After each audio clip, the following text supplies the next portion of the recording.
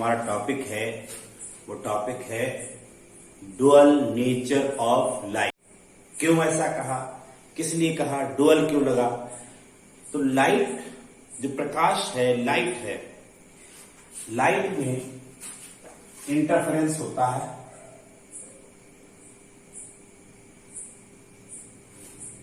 Light में interference होता है, लाइट में डिफ्रैक्शन होता है,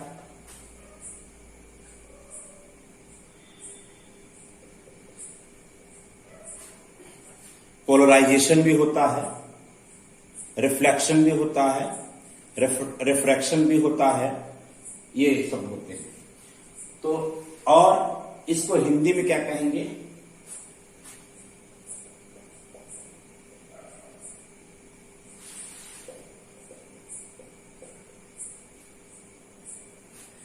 व्यतिकरण अभिवर्तन ये प्रदर्शित करता है। व्यतिकरण अभिवर्तन जो प्रदर्शित करते हैं, डिफ्रैक्शन इंटरफेरेंस जिनमें होता है, वो होते हैं वेव।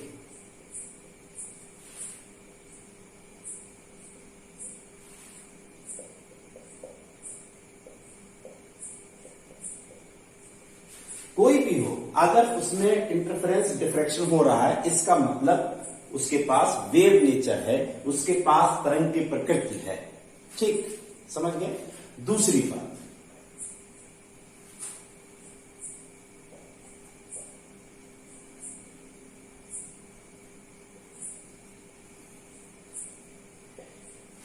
ये जो लाइट है ये फोटो इलेक्ट्रिक इफेक्ट भी दिखाता है।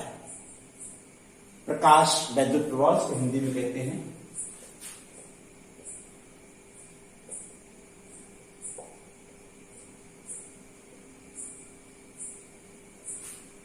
हाँ, टॉपिक को थोड़ा रोक करके हम आपको बता दें कि आपने पिछला वीडियो आप सभी लोगों ने हमारा बहुत अच्छे से लाइक किया। आपका बहुत बहुत बहुत धन्यवाद, बहुत ज्यादा थैंक यू। जो इतना वीडियो आपने लाइक किया, बहुत अच्छी बात है, और इससे हमारा और हौसला बढ़ता है नहीं? कुछ लोगों ने डिसलाइक भी किया, लेकिन हमें उससे कोई फर्क नहीं पड़ता। हमें ये देखना है कि हमारे लाइक कितने आ रहे हैं, बस। और इसके लिए आप लोगों का बहुत बहुत धन्यवाद, बहुत बहुत शुक्रिया। ठीक, चलिए आते हैं टॉपिक पे। तो व्यतिकरण यानी डिफ्रैक्शन, इंटरफेरेंस, डिफ्रैक्शन, ये अगर कोई शो करता है, इसका मतलब वो वेव है, ये कहा जाता है। और अगर कोई फोटो इलेक्ट्रिक इफेक्ट अगर शो करता है, प्रकाश वैद्युत प्रभाव प्रदर्शित करे, दिखाए, तो कहा जाता है कि ये पार्टिकल नेचर है।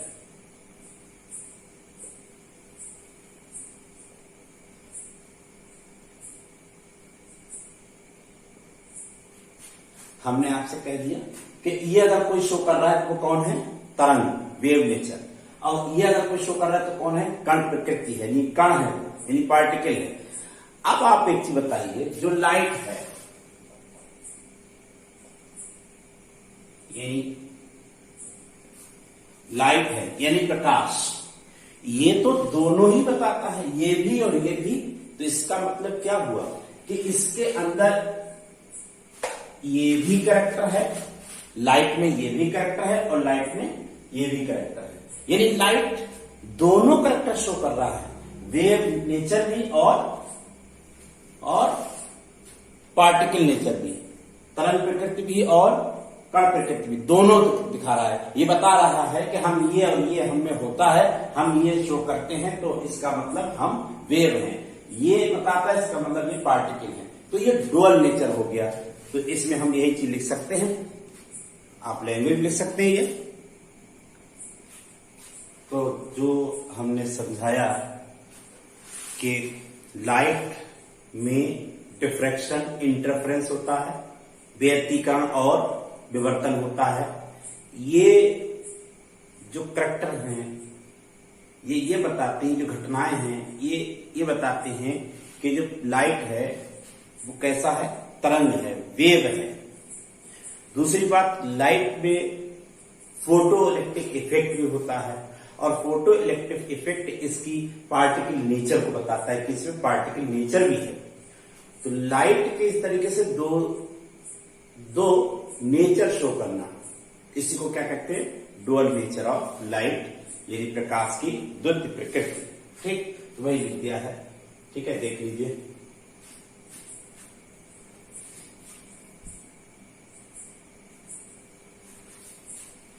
अगर कोई प्रॉब्लम हो, कुछ समझ में नहीं आ रही हो तो बता देना। बहुत आसान सी चीजें, बहुत ही आसान है, इसमें कुछ है ही नहीं। दोहरापन कहते नहीं, ये तुम्हारा दोहरापन है, मतलब दो तरीके के कैरेक्टर शो करना, ये बस। तो लाइट भी दो तरीके के कैरेक्टर शो करती है। कौन कौन से? एक तो ये वाला और एक ये वाला। ये कैसे पता चला कि ये कैरेक्टर शो करती है? तो आप कहोगे इसमें ये दो चीजें होती है, इंटरफेरेंस होता है, डिफ्रैक्शन होता है, रिफ्रैक्शन भी होता है, वो भी वेव नेचर ही है। ठीक है, तो ये सब, और पोलराइजेशन भी होता है। तो ये सब जो होते हैं वो कैसे, वो वेव नेचर है। लेकिन ये फोटो इलेक्ट्रिक इफेक्ट ये पार्टिकल नेचर है, कण नेचर है, कण की प्रकृति है। तो दो तरीके कैसे हो, दो तरीके हो गया कि नहीं हो गया? एक तो ये एक तरफ वेव भी है, दूसरी तरफ ये कण भी है। एक तरफ ये वेव है, दूसरी तरफ ये पार्टिकल है, एक तरफ ये तरंग है, दूसरी तरफ ये कण है। तो दोहरी प्रकृति हो गई, इसका डुअल नेचर हो गया। ठीक, लिख लीजिए।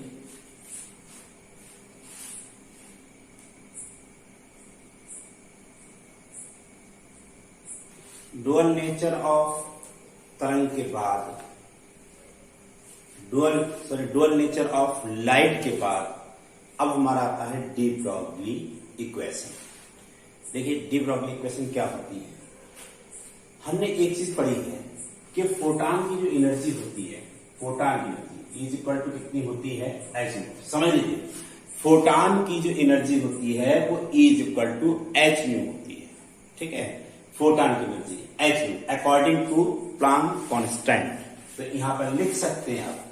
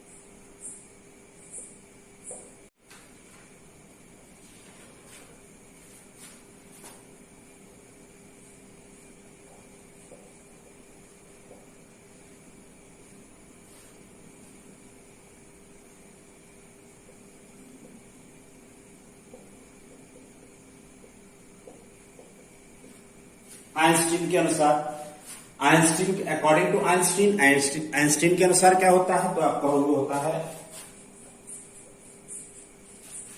Is equal to M C square. बोलो भाई, आपने ये पढ़ लिया क्वांटम से, क्वांटम प्लांक क्वांटम थ्योरी में ये बता दिया, आइंस्टीन ने ये बता दिया। अब आप खुद ही कहोगे जब ये भी ई ये भी ई तो दोनों क्या हो जाएंगे, इक्वल। तो कर दो, बिल्कुल सही बात, इक्वल कर दिए। लेकिन आप ध्यान दें, आपने हाई स्कूल में पढ़ा था, क्या पढ़ा था, C is equal to nu lambda. अब आप कहोगे नहीं पढ़ा था, पढ़ा था, हाई स्कूल में नहीं पढ़ा था। तो 9th में यह है, वेव में B is equal to N lambda.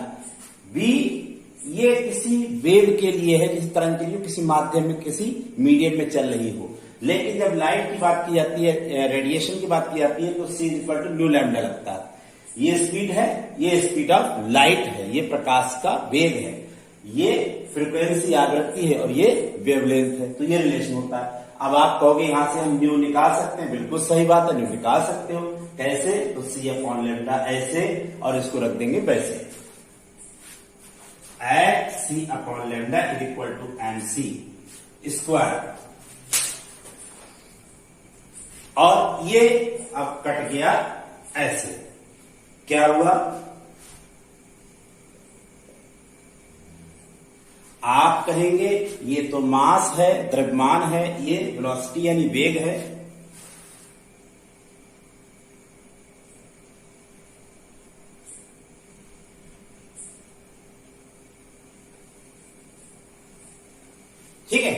ये दो क्या हो गया, तो अब ये क्या हो गया, मास इंटू वेलोसिटी। हाँ बिल्कुल सही याद आ रहा है, मास इंटू वेलोसिटी, द्रव्यमान गुणा वेग संवेग, द्रव्यमान गुणा वेग संवेग, यानी कि मोमेंटम।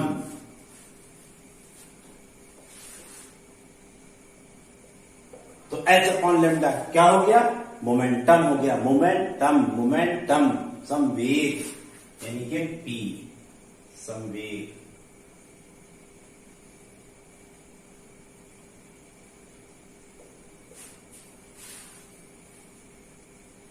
और भी ये सॉल्व की जा सकती है, लेकिन यहां पर ये इतनी ही सॉल्व करेंगे। अब हम आइए देखते हैं, इस पर 2-4 न्यूमेरिकल कर लेते हैं, तो हमारी ये पूरा मजबूत हो जाएगी, याद रहेगी।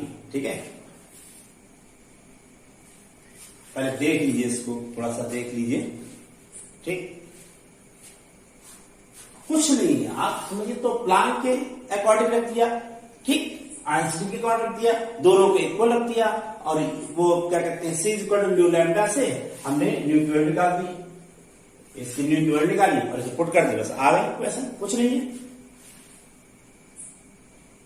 ये रहे आपकी स्क्रीन पे 2 क्वेश्चन रहे ये। पहले क्वेश्चन में क्या कह रहे हैं, calculate the wavelength of 1000 kilogram rocket moving with velocity of 300 kilometre per hour. यानी एक रॉकेट का वजन कितना है, 1000 है, और वो 300 किलोमीटर प्रति घंटा के वेग से चल रहा है, इसकी तरंग दैर्घ्य निकालनी है। तो हमें दिया क्या है, हमें लिखें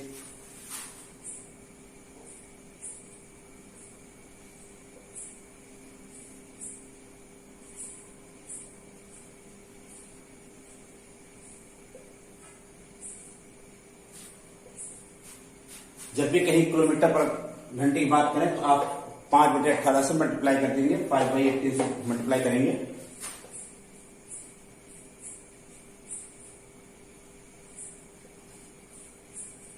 तो 50/3 आ गया। ठीक, फॉर्म लगा देंगे, अभी आपने पढ़ा था,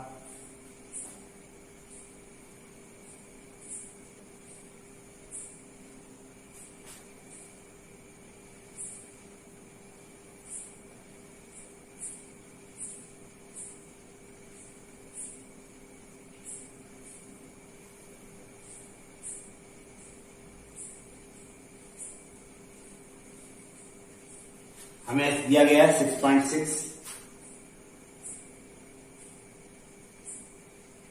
6.625 इंटू कितना, 10 की पावर कितना है, -34। तो इस तरीके से इसका आंसर जो आ गया वो 7.95, और साथ में 10 की पावर कितना है, -39। क्लियर दिख रहा होगा, है ना। ठीक है, अब इसका दूसरे क्वेश्चन पे ध्यान दें। तो किसी गतिशील कण जिसकी तरंग दैर्घ्य 1 नैनोमीटर है, संवेग ज्ञात कीजिए। Calculate the momentum of particle whose wavelength is 1 nanometre.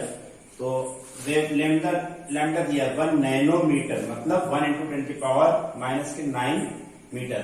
पूछा क्या है, पी पूछा है। तो सीधे सीधे क्वेश्चन हमारा हम यही लगा देंगे कि H upon lambda equal to क्या होता है, P होता है।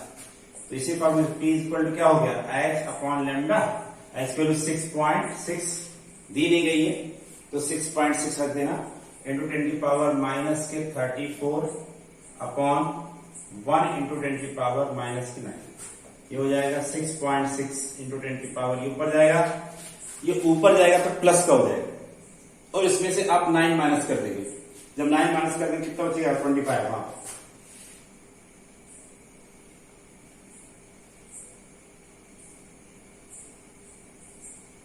किलोग्राम मीटर पर सेकंड आ जाएगा, ये आंसर आ गया। ठीक, इस तरीके से ये हमारे 2 क्वेश्चन हो गए। ऐसे क्वेश्चन अगर एक आध मिले तो आप कर लेना।